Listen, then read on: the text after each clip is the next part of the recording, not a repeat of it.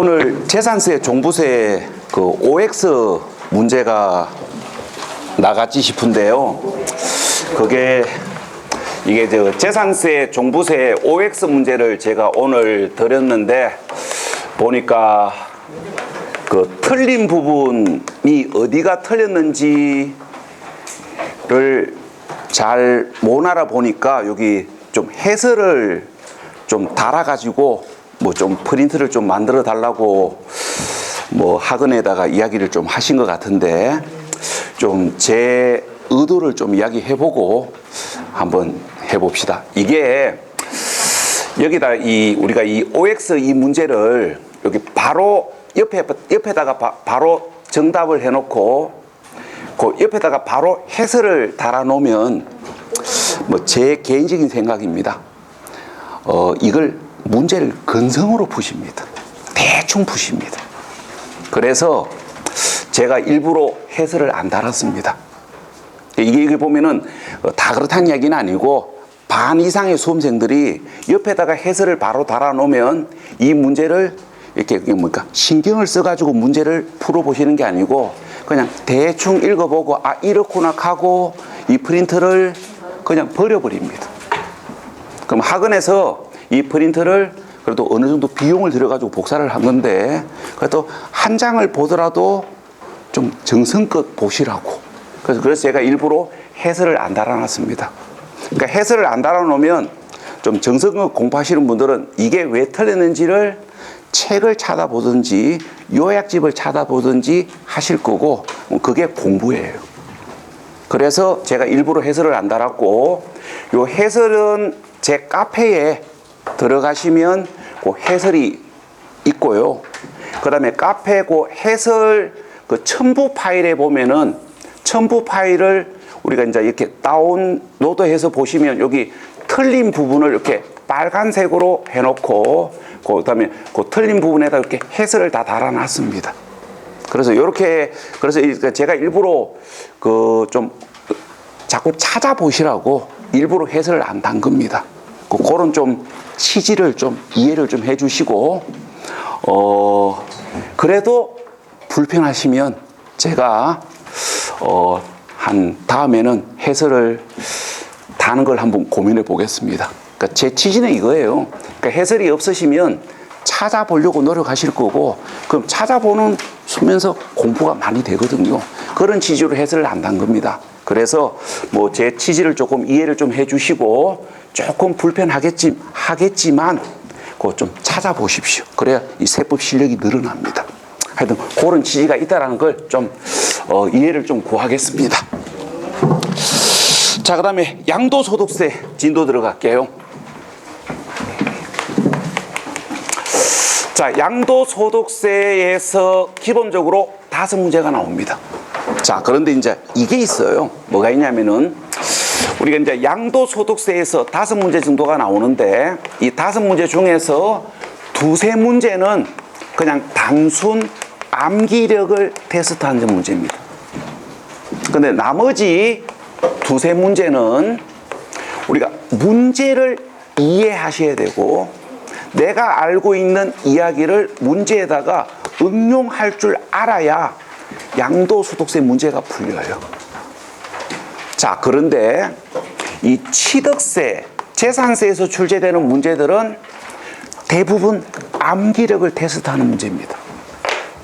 그래서 봐요. 이 문제를 이해하는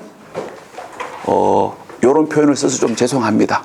문제를 이해하는 능력이 좀 부족하다고 판단이 되시거나 내가 알고 있는 이야기를 문제에 응용시킬 수 있는 능력이 부족하다고 판단이 되시는 분들은 이 양도소득세보다는 취득세, 재산세에다가 공부 우선순위를 두셔야 됩니다. 왜 그러냐면은 취득세, 재산세는 일단 기억만 완벽하면 어쨌든 간에 모든 문제가 다 풀려요. 물론 내가 기억을 유지하느냐가 관건이지만 자, 근데 양도소득세는 뭡니까? 내가 완벽하게 기억하고 있어도 반은 풀리는데 나머지 반은 문제 이해가 안 되거나 응용이 안 되면 안 풀려요. 그래서 여러분들이 이제 이 세법 공부를 하시면서 요 어떤 문제 이해 능력이라든지 응용 능력이 조금 부족하다고 판단이 되면 취득세, 재산세에다가 공부 우선순위를 두셔야 되는 거고, 자, 그런데 나는 뭐 어느 정도 이해력도 있고 응용력도 있다고 판단이 되면 양도소득세를 우선적으로 보셔야 됩니다. 그러니까 여러분들이 어느 쪽인지는 본인 스스로 판단하시면 되는 거고, 자, 그럼 이제 지금부터 양도소득세를 들어가 보겠습니다. 자, 일단 양도소득세가 어떤 조세인지 눈도장 찍으시고요. 자, 교재 236페이지 양도소득세란 개인이 우리가 일정한 자산을 양도함으로 인하여 발생한 소득을 가세 대상으로 하여 부과하는 소득세를 말한다. 자, 그럼 금방 읽어본 이야기를 우리가 보편적 말로 바꾸면 있습니다. 아파트 팔고 분양권 팔고 토지 팔고 상가 팔았을 때 발생되는 소득에 대해서 부과되는 세금입니다. 그 여러분들이 이미 알고 있는 이야기고, 그 다음에 이제 양도소득세가 어떤 성격을 지닌 조세인지를 알고 계셔야 되는데, 자, 교재 1번 자본이득세 몰라도 되고, 정책세제 시잘데기 없는 이야기고, 응능가세 우리 시험하고 아무 관계 없습니다. 그러니까 여러분들은 어디만 알고 계시면 되냐면은 실질가세만 알고 계시면 돼요. 자, 실질가세는 우리가 2주 전에 재산세 할 때도 보셨고 4주 전에 취득세 할 때도 보셨습니다. 그 다음에 오늘 또 나옵니다. 자, 그래서 실질가세를 모르시면 주요 조세를 이해할 수가 없습니다. 그래서 실질가세를 아직까지 개념을 못 잡았으면 지금 당장 잡으셔야 됩니다. 우리가 조세를 부과할 때 공부상 현황과 사실상 현황이 같을 때도 있지만 다를 때도 있어요. 그럼 이때 공부상 현황에 관계없이 사실상 현황에 따라 가세하는 걸 우리가 실질가세, 다른 말로 사실가세라고 얘기합니다. 자, 그럼 이제 지금부터 가봅시다. 취득세, 재산세, 종합부동산세, 양도소득세는 실질가세하는 조세로서 공부상 현황에 관계없이 사실상 현황에 따라 부과하는 게 원칙입니다. 그래서 취득세, 재산세, 종합부동산세, 양도소득세의 가세를 정할 때 공부상 현황과 사실상 현황이 다를 때는 공부상 현황을 보고 판단하시면 안 되고 사실상 현황을 보고 판단하셔야 됩니다. 요게 우리가 부동산 주요 조세를 이해하기 위해서 반드시 알고 있어야 될 이야기예요. 자, 그 다음에 이제 여러분들 교재에 없는 이야기 몇 가지 합시다. 없는 이야기인데 이미 1시간 전에 설명 다 드렸습니다. 양도소득세는 국가에서 부과하는 국세입니다. 그 다음에 양도소득세는 개인 단위별 가세합니다. 그 다음에 양도소득세는 신고, 납세 제도에 의하여 부과하는 게 원칙입니다. 우리가 1시간 전에 소득세 특징에서 보셨잖아요. 자, 그 다음에 교재 237페이지. 자, 교재 237페이지 가셔가지고, 자, 지금부터 양도소득세 납세 의무자를 보셔야 되는데, 자, 양도소득세 납세 의무자를 한마디로 딱 정리하면 양도소득이 발생된 개인 또는 개인으로 간주되는 단체입니다. 자, 우리가 이제 참고하셔야 될 이야기. 우리가 학교 동문회, 동창회, 종중은 개인으로 간주되는 단체입니다. 우리가 이제 동문회, 동창회, 종중은 개인으로 간주되는 단체입니다. 개인으로 간주해요. 그래서 우리가 동문의 소유 부동산을 팔거나 종중 소유 부동산을 팔았을 때 양도소득이 발생되면 개인으로 간주되기 때문에 양도소득세를 신고 납부하셔야 됩니다. 자, 그럼 요 이야기 참고하시고, 자, 그래서 이제 양도소득세 납세 의무자는 양도소득이 발생된 개인 또는 개인으로 간주되는 단체인데, 여기까지는 그냥 읽어만 보시면 되는 거고, 여러분들이 시험 문제 답을 찾기 위해서 알고 계셔야 될 건 이겁니다. 이때 양도소득세의 납세 의무자인 개인이 거주자에 해당되느냐 비거주자에 해당되느냐에 따라 양도소득세 납세 의무 범위가 달라지고 납세지가 다르다라는 거, 이걸 구분하셔야 시험 문제가 풀려요. 그러니까 여기까지는 그냥 읽어만 보시면 되는 거고. 자, 그래서 이제 지금부터 거주자와 비거주자를 구분하셔야 되는데, 시험 문제에서 거주자, 비거주자 개념을 가지고 답을 출제한 적은 한 번도 없습니다.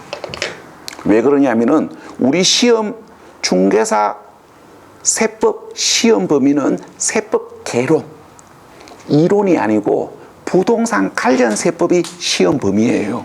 그래서 이 거주자 개념 차이와 비거주자 개념 차이를 가지고 출제할 가능성은 없기 때문에 정확한 개념까지는 굳이 볼 필요 없고 느낌만 잡으시면 됩니다.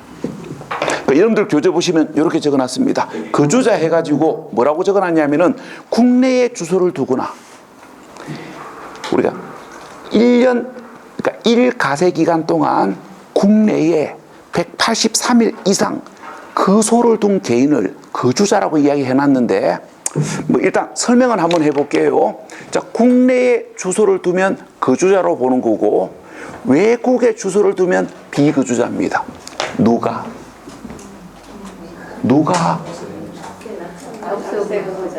누구냐면은 내국인이 대한민국 국적을 가진 자가 국내에 주소를 두면 거주자고 외국에 주소를 두면 비거주자라고 해요. 그 다음에 국내에 183일 이상 거소를 둔 개인은 거주자입니다. 외국인이. 그러니까 외국 국적을 가지고 있다 할지라도 국내에 183일 이상 거소를 두면 외국인이더라도 거주자로 분류됩니다. 그런데 시험 문제에서 이렇게 상세히는 안 물어본다고요.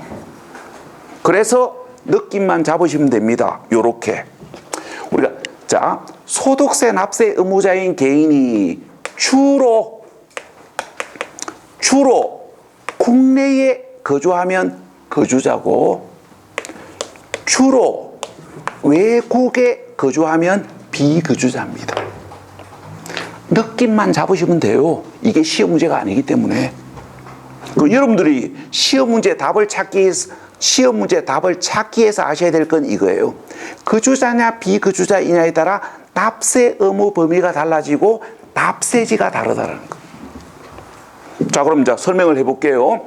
우리가 양도소득세의 납세 의무자인 개인이 국내에 주로 거주함으로 인하여 국내에 주로 주소를 둠으로 인하여 거주자로 판정이 되면 국내 자산 양도소득은 물론이고 국외 자산 양도소득도 납세 의무를 부담하셔야 됩니다. 자, 그런데 주로 외국에 거주하거나 주로 외국에 주소를 둠으로 인하여 비거주자로 판정이 되면 국내 자산 양도소득만 납세 의무를 부담합니다. 짧게 줄여서 거주자는 국내외 모두, 비거주자는 국내만. 여기까지를 기본 개념으로 잡으셔야 되고 여기에다가 이제 공부 포인트를 두셔야 됩니다. 국외자산 양도 요게 보니까 단서가 붙었지요. 요게 시험에 나와요. 이렇게 보시면 돼요. 문제가 너무너무 쉽게 나오면 여기를 물어보는 거고 어느 정도 난이도가 올라가면 여기를 물어봐요. 자, 그럼 이제 지금부터 설명을 해볼게요. 자, 양도소득세의 납세 의무자인 개인이 주로 국내에 거주함으로 인하여 거주자로 판정이 되면 국내 자산 양도소득은 물론이고 국외 자산 양도소득에 대해서도 납세 의무를 부담해야 되는데 국외 자산, 국외 자산 양도소득에 대하여 무조건적으로 납세 의무가 성립되는 건 아니고 국외 자산을 양도하는 날 현재 국내에 몇 년? 국내에 5년 이상 주소를 둔 경우에 하나입니다. 여기가 포인트예요. 그러니까 국외 자산을 양도하는 날 현재 국내에 5년 이상 주소를 둔 경우에 하나여 국외 자산 양도소득에 대하여 납세 의무가 발생되는 것이지 거주자이더라도 국외 자산을 양도하는 날 현재 국내에 5년 미만을 주소를 둔 자가 국외 자산을 팔았을 때는 납세 의무가 있다 없다? 없다. 이게 구분되셔야 돼요. 자, 그 다음에 납세지입니다. 자, 납세지를 구분하셔야 되는데 일단 지금부터 기본 개념을 생각하셔야 됩니다. 자, 여러분들이 뭐 계속 봤던 이야기입니다. 부동산 관련 조세의 납세지는 어떻게 된다? 부동산 관련 국세냐, 부동산 관련 지방세이냐에 따라 다르지요. 요 이야기를 가지고 여기를 판단하셔야 돼요. 우리가 부동산 관련 국세는 우리가 주소지가 원칙이고 부동산 관련 지방세는 소재지가 원칙 아닙니까? 우리가 직설적으로 이야기하면 국세는 사람 주소지고 지방세는 물건 소재지입니다. 요게 우리가 2주마다 보는 이야기 아닙니까? 자, 요 이야기를 가지고 요걸 판단하셔야 됩니다. 자, 갑니다. 국세는 주소지고 지방세는 소재지인데 양도소득세는 지방세가 아니고 국세 아닙니까? 그래서 양도소득세의 납세지는 양도한자의 주소지 관할 세무서에 납부하는 게 원칙입니다. 자, 그런데 단서가 붙습니다. 그러나 양도소득세 납세 의무자가 주로 외국에 주소를 둠으로 인하여 피거주자로 판정된 경우에는 주소지가 아니고 소득이 발생된 장소입니다. 이걸 양도소득세에 맞게 해석을 하면 양도 물건 소재지. 자, 피거주자가 누구인지를 가지고 요걸 이해하셔야 돼요. 자, 우리가 양도소득세의 납세 의무자가 주로 외국에 주소를 둠으로 인하여 피거주자로 판정되었을 때 납세지를 주소지로 정하게 되면 국내법에 의하여 부과된 세금을 외국에 납부하는 거 아닙니까? 이게 무슨 짓입니까? 그래서 피거주자인 경우에는 주소지가 아니고 양도 물건 소재지. 여기까지를 기본 개념으로 잡으시고, 자, 그 밑에다가 적으십시오. 밑에다가 적으십시오. 종합부동산세 납세지는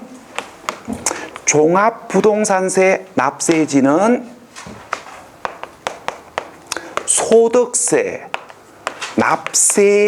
납세지를 준용합니다.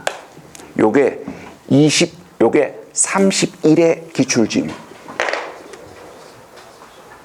우리가 종합부동산세 납세지는 소득세 납세지를 준용합니다.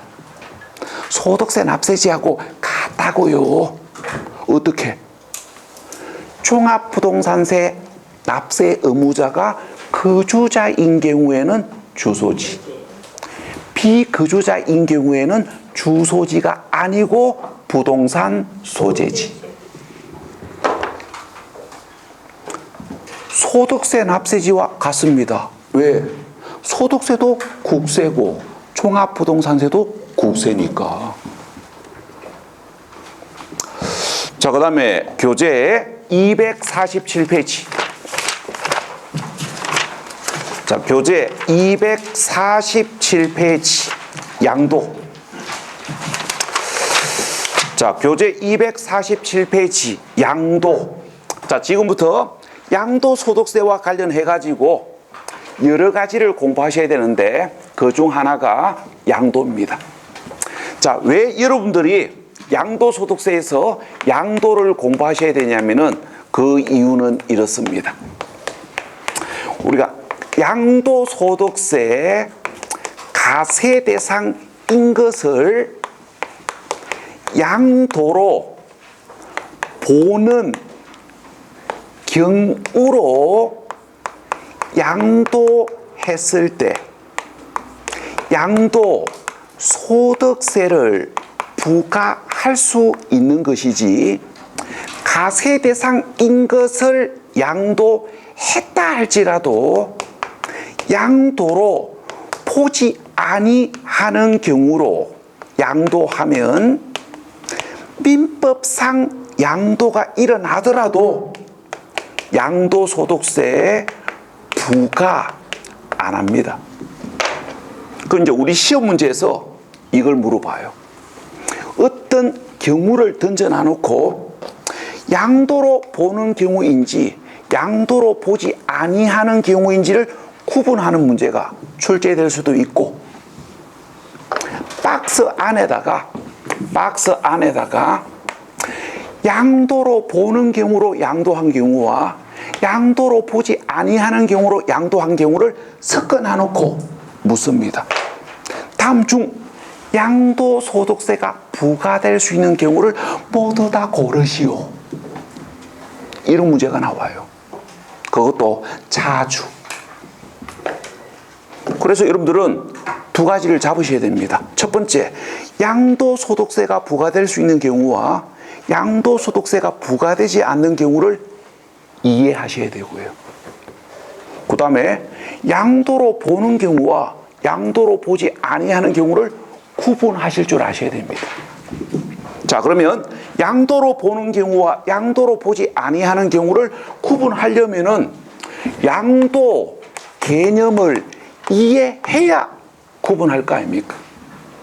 자, 그래서 이제 지금부터 교재 247페이지 양도 개념을 이해하셔야 되는데, 자, 일단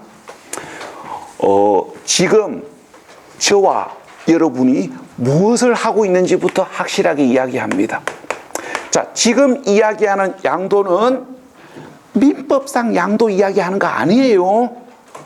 지금 이야기하는 건 양도소득세가 부과될 수 있는 양도를 이야기하는 겁니다.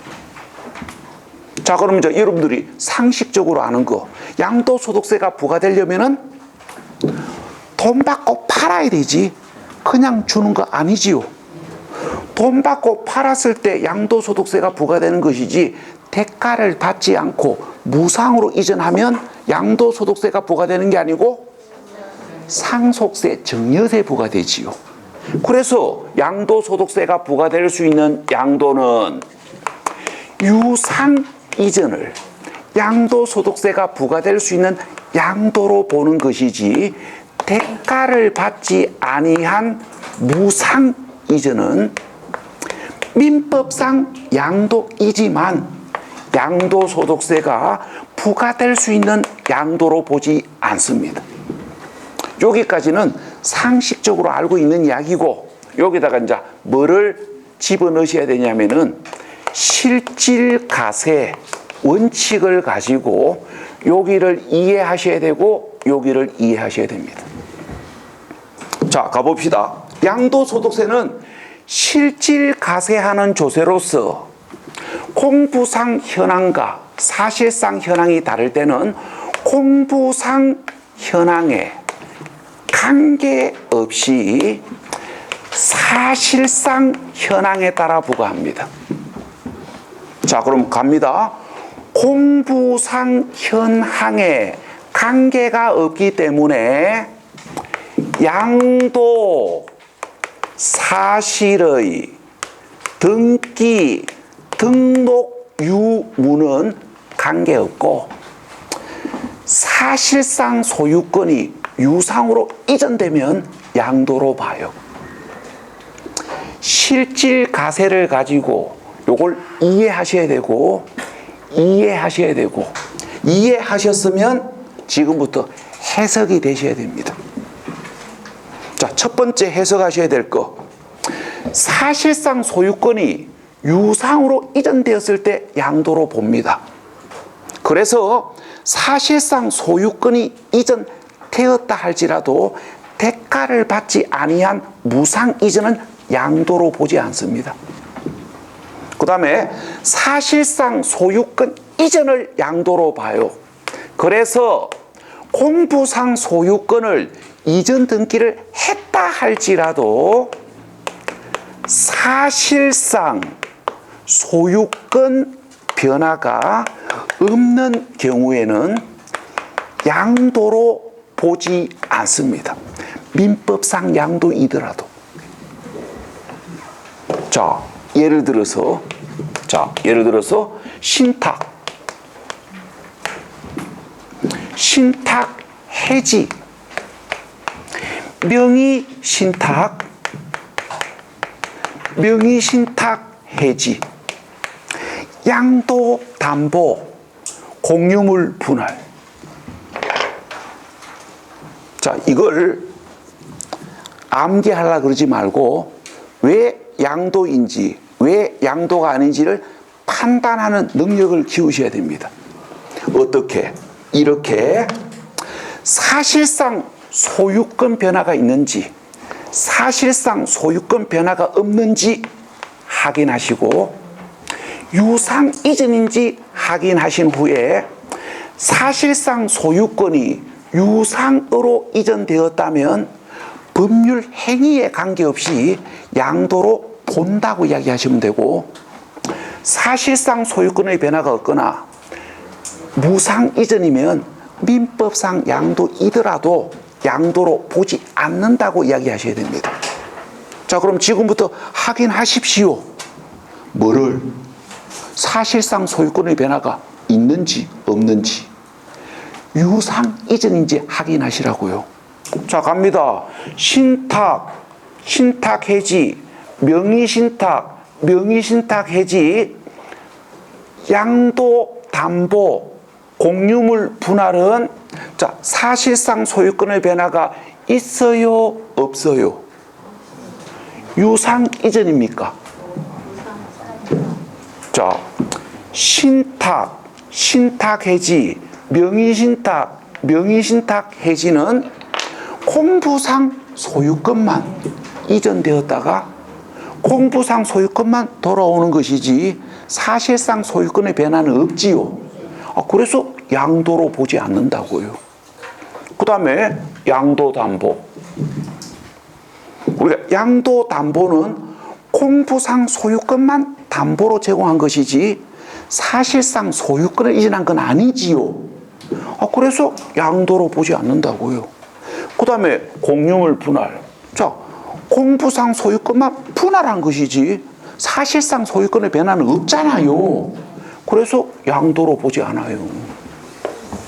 이렇게 판단 능력을 키우셔야 됩니다. 자, 미리 이야기 드립니다. 양도로 보는 경우에 어떤 경우가 있고 양도로 보지 아니하는 경우에 어떤 경우가 있는지를 암기주로 공부하실 거면 죄송한데 이 파트 포기하십시오. 이 파트 포기하시고 양도소득세 비과세 한 번 더 보고 장기 보용제 한 번 더 보고 양도소득세 부가징수 한 번 더 봐가지고 거기서 출제되는 문제 실수 없이 다 찾아서 합격하십시오. 이거는 애우는 거 아니에요. 암기주로 가시면 이거는 공부 안 끝납니다. 왜 양도인지, 왜 양도로 보지 않는지 판단 능력을 키우셔야 됩니다. 자, 그럼 지금부터 키워 봅시다. 뭐 자꾸 하다 보면 생기겠지. 자, 양도로 보는 경우부터 갑니다. 교재 248페이지. 자, 교재 248페이지 양도로 보는 경우. 자, 일반적 경우부터 갑니다. 매매, 교환, 수용, 공매, 경매, 현물 출자. 자, 지금부터 확인하십시오. 확인하시라고요. 매매, 교환, 수용, 공매, 경매, 현물 출자가 사실상 소유권의 변화가 있는지 없는지, 유상 이전인지 확인하시라고요. 자, 그러면 갑니다. 매매, 교환, 수용, 공매, 경매, 현물 출자는 사실상 소유권이 이전되면서 대가를 받고 유상으로 이전한 거 아닙니까? 그래서 사실상 소유권이 유상으로 이전되었기 때문에 양도로 봅니다. 왜 양도로 보는지 판단 능력을 키우시라고요. 그러면 이거 일부러 암기 안 하셔도 문제 풀려요. 자, 이해했는지 확인합시다. 자, 중개사법 시간에 경매는 임의 경매가 있고 강제 경매가 있다고 공부할 끼고, 임의 경매와 강제 경매가 법률상 어떤 차이가 있는지는 중개사법 선생님하고 자세한 대화를 나누시고 저하고 하셔야 될 건 이겁니다. 법률상 차이가 있으니까 둘 중 하나는 양도고 둘 중 하나는 양도 아닙니까? 둘 다 양도입니까? 자, 지금부터 법률상 어떤 차이가 있는지는 생각하시면 안 되고 사실상 소유권의 변화가 있는지 없는지, 유상 이전인지 그것만 확인하시면 돼요. 자, 갑니다. 임의 경매와 강제 경매는 둘 다 경락받은 자에게 사실상 소유권을 유상으로 이전했지요. 그래서 둘 다 양도로 봅니다. 근데 시험장 가면 이렇게 물어봐요. 임의 경매는 양도로 보지 아니한다. 그럼 중개사법 시간에 야하고 야는 법률상 차이가 있다고 배웠기 때문에 고마 맞는 것 같습니다. 그거 봐요. 암기를 할 게 아니고 왜 양도로 보는지 판단 능력을 키우셔야 돼요. 자, 그 다음에 본인 소유 재산을 공경매로 재취득한 경우, 요게 우리 시험 27회 때 문제 아닙니까? 자, 본인 소유 재산을 공경매로 재취득했을 때 양도소득세가 부과될 수 있는 양도행위로 봅니까? 보지 않습니까? 자, 지금부터 확인하십시오. 뭐를? 사실상 소유권의 변화가 있는지 유상 이전인지. 자, 본인 소유 재산을 공경매로 재취득하면 내가 받았기 때문에 사실상 소유권의 변화도 없고 유상 이전 아니지요. 돈 받습니까? 받은 돈 하나도 없고요. 오히려 돈이 들어갑니다.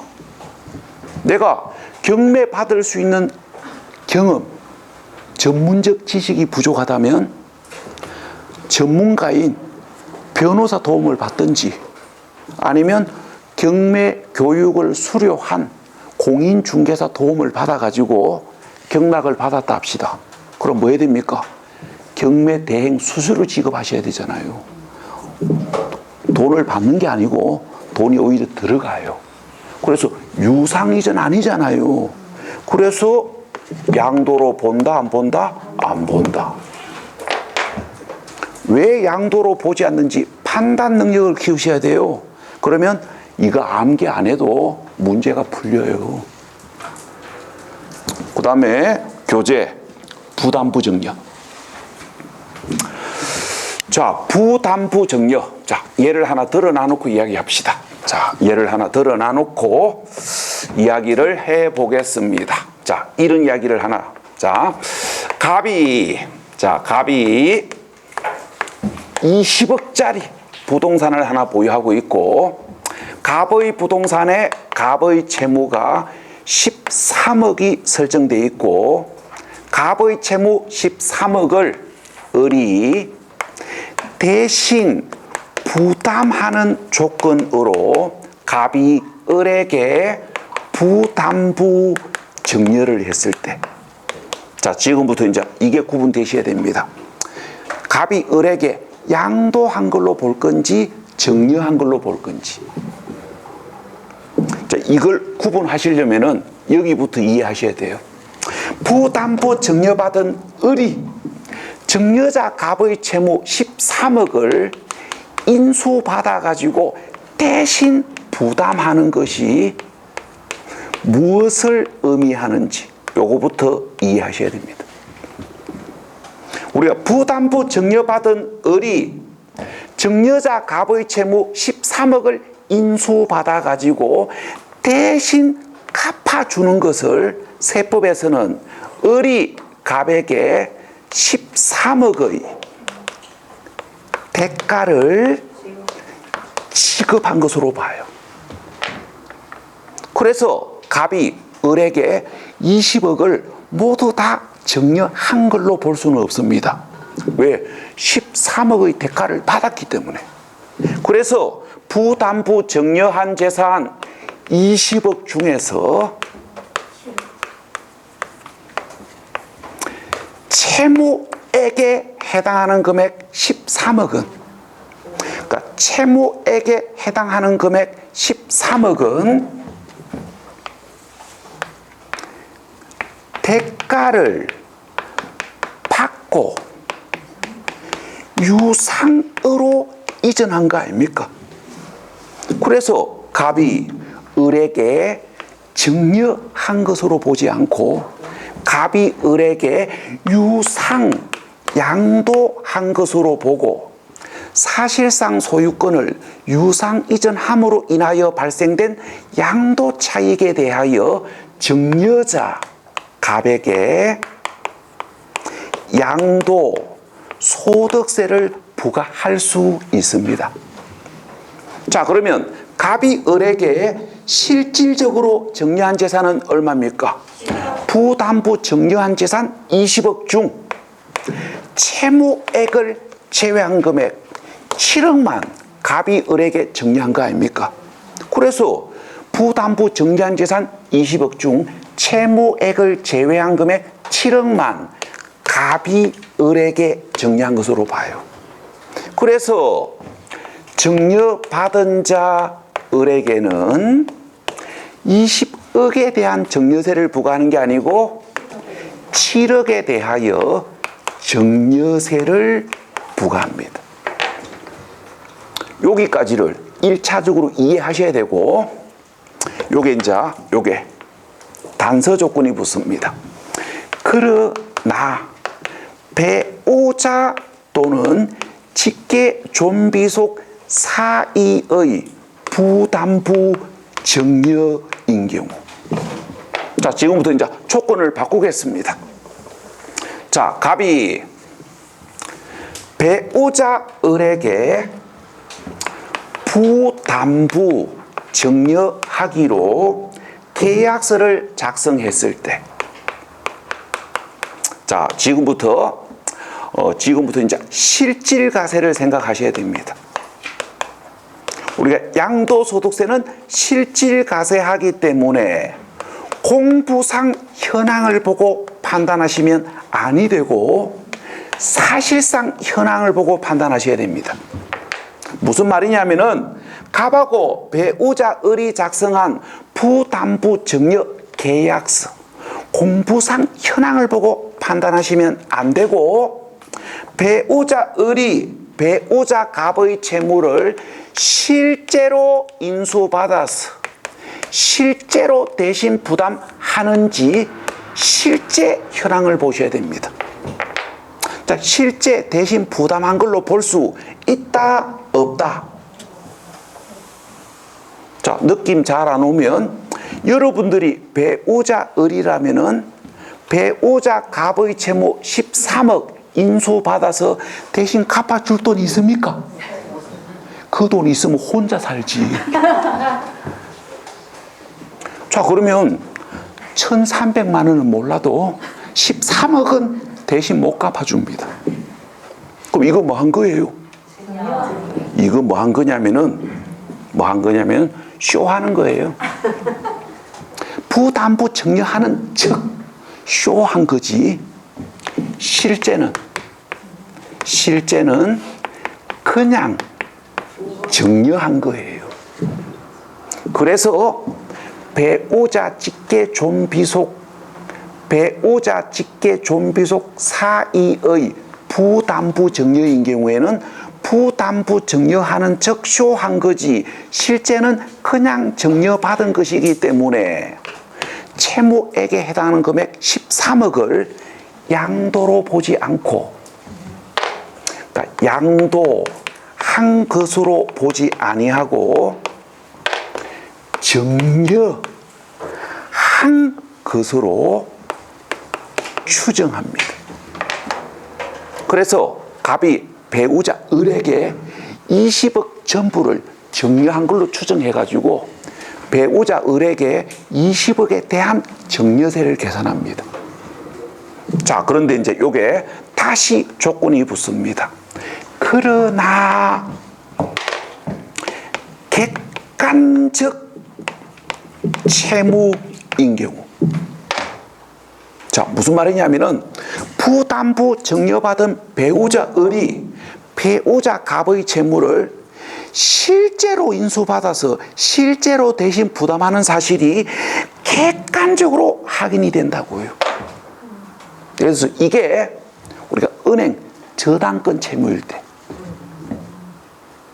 자, 을이 이 저당권 인수 안 받으면 은행에서 명의 이전하는데 동의해 줍니까? 안 해줘요. 그러면 이게 은행 저당권 채무이면 배우자 을이 배우자 갑의 채무를 실제 인수받아서 실제 대신 부담하는 사실이 객관적으로 확인이 되고, 그러면 배우자 사이이지만 진짜로 부담부 정리한 거 아닙니까? 그래서 채무액에 해당하는 금액 13억을 정려한 것으로 추정하지 않고 양도한 것으로 인정합니다.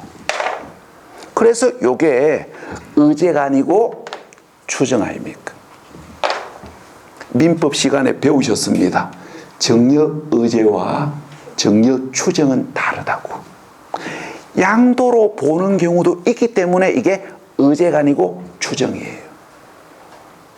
자, 그러면 여기서 이제 여러분들이 명확하게 하셔야 될 게 여기입니다. 우리가 부담부 정려를 했을 때 요 채무액에 해당하는 금액을 양도로 보는지 정려로 추정하는지를 구분하셔야 되는데 요게 구분되셔야 돼요. 일반인 사이냐 배우자 직계 존비속 사이냐에 따라 다르다. 요게 구분되셔야 됩니다. 일반인 사이냐 배우자 직계 존비속 사이냐에 따라 다르다. 요게 구분되면 95% 답 확보하신 거고, 그 다음에 이제 나머지 5% 답을 확보하려면 요걸 알고 계셔야 돼요. 우리가 객관적 채무인 경우에는 배우자 사이의 부담부 증여시 객관적 채무인 경우에는 진짜 부담부 증여한 것이 맞기 때문에 증여로 추정하지 않고 양도로 본다는 거.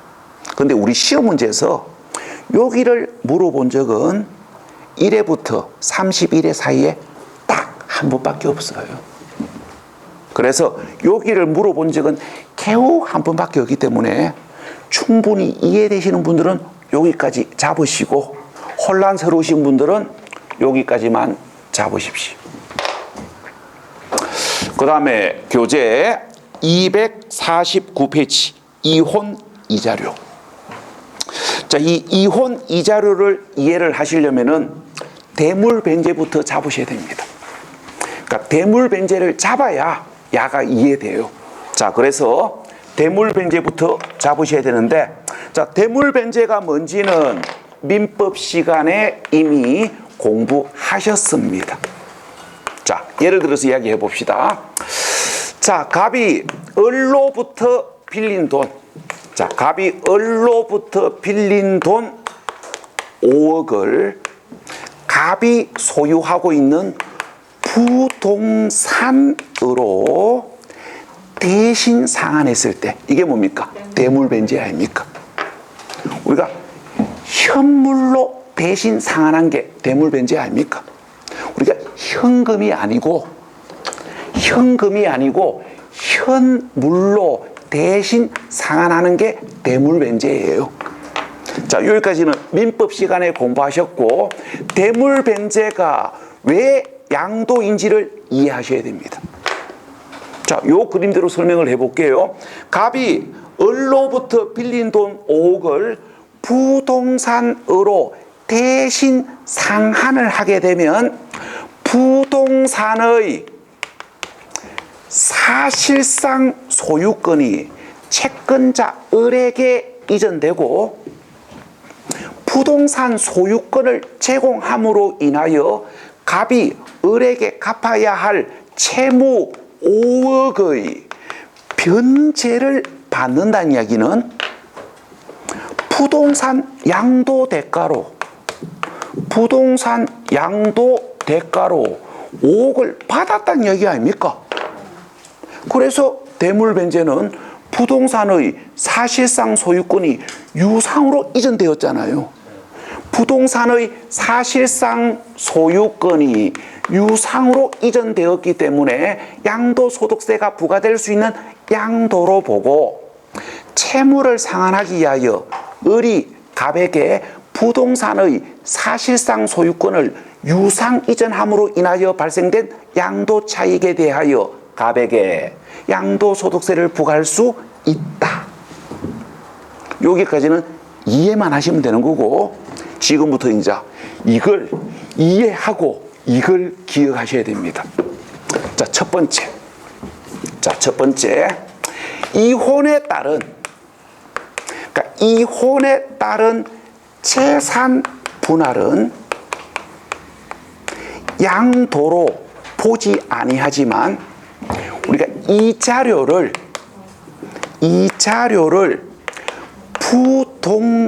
부동산으로 취급하면 양도로 본다라는 거, 이걸 이해하시고 살짝 기억하셔야 됩니다. 자, 왜 그런지 설명을 합니다. 자, 갑하고 을이 우리가 결혼하면서 님이었는데 거기다가 점 찍기로 했을 때, 남이 되기로 했을 때, 이혼한다고요. 자, 그래서 이제 이혼을 하면서 점 하나 찍으면 남 아닙니까? 그래서 이혼을 하면서, 자, 갑의 이름으로 보유하고 있는 재산을 을에게 소유권 이전했을 때, 자, 이걸 양도로 보느냐, 양도로 보지 아니하느냐는 전자냐 후자이냐에 따라 다릅니다. 자, 제일 먼저 이혼에 따른 재산 분할로 소유권을 이전하면 세법에서는 이렇게 봐요. 우리가 이혼에 따른 재산 분할로 소유권을 이전하면 우리가 을이 갑의 이름으로 등기된 재산에 대하여 재산 형성에 기여한 기여도에 해당하는 을의 지분을 돌려받는 것으로 봅니다. 그 재산 형성에 기여한 기여도에 해당하는 을의 지분을 되돌려 받는 것으로 봐요. 그래서 을의 입장에서 본다면 지가 받았잖아요. 그래서 공부상 소유권만 이전 등기한 것이지, 자, 을의 입장에서 본다면 내가 받았기 때문에 사실상 소유권의 변화가 없습니다. 그래서 양도로 보지 않아요. 자, 그런데 갑이 을에게 이자료를 부동산으로 지급하기 위하여 소유권을 이전하면 양도로 봅니다. 자, 왜 그러냐면은, 자, 갑이 을에게 이자료를 지급하기로 합의를 하는 그 순간 갑에게는 이자료를 지급하여야 할 이자료 지급 채무가 발생했고, 자, 이자료를 부동산으로 지급하면 이게 뭐 한 거예요? 이게 뭐 한 거냐면은 이자료 지급 채무를 현물로 변제한 거 아닙니까? 즉 대물 변제한 거잖아요. 이자료 지급 채무를 현물로 변제하는 대물 변제에 의하여 사실상 소유권이 유상으로 이전되었기 때문에 양도로 봐요. 자, 그 다음에 우리가 각종 공사비를 부동산으로 지급한 경우, 자, 이거 뭐 한 겁니까? 뭐 한 거냐면은 공사비 지급 채무를 현물로 변제한 대물 변제 아닙니까? 자, 그래서 이자료를 부동산으로 지급하거나 공사비를 부동산으로 지급하면 이자료 지급 채무, 공사비 지급 채무를 현물로 변제한 대물 변제에 의하여 사실상 소유권이 유상으로 이전되었기 때문에 양도로 보고, 우리가 이자료를 지급하기 위하여 공사비를 지급하기 위하여 부동산을 양도한 사실에 대하여 양도소득세를 부과할 수 있다. 자, 그 다음에 조세물납.